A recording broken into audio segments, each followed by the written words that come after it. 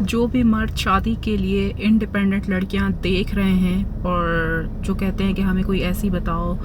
جو خود کماتی ہو، خود کھاتی ہو، جس کا اپنا بھی کچھ ہو، پیسہ ویسا ہو،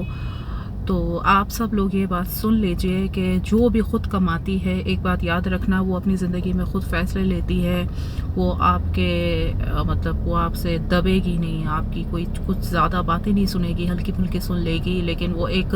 غلام بیوی ٹائپ نہیں ہو سکتی. یہ بات آپ لوگ یاد رکھیں، کیونکہ جو خود کماتی ہے اس کے ہاتھ میں پاور ہوتا ہے، اور آج کے زمانے میں جس کے پاس پیسہ ہے اسی کے پاس ہی پاور ہے.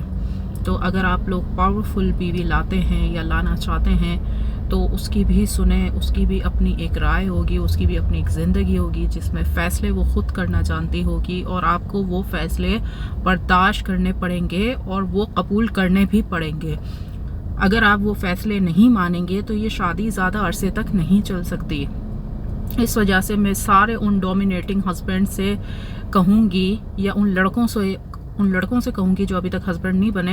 کہ اگر آپ میں برداشت اتنی ہے کہ آپ اپنی بیوی کے فیصلے کو مان سکیں، بیوی کی کچھ باتیں بھی سن سکیں، تانا ٹائپ یہ وہ،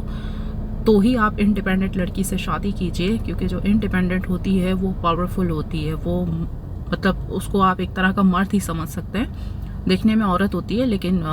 وہ ہوتی مرد ہے. تو اگر آپ مرد ٹائپ بیوی چاہتے ہیں تو آپ خود بھی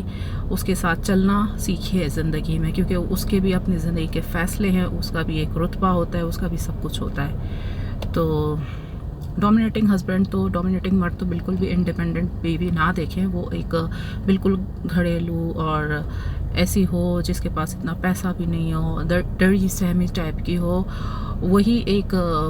ان کے لیے پراپر ایک بیوی مٹیریل ہوگا، غلامی ٹائپ. میں یہاں پر کوئی ایسی فیمنسٹ ٹائپ کی کوئی باتیں نہیں کر رہی، لیکن میں ایک حقیقت بیان کر رہی ہوں. تو اپنے حساب سے بیویاں دیکھیں، صرف خوبصورتی پہ نہ مرے، اور بھی بہت ساری چیز ہوتی ہے رشتہ چلانے کے لیے.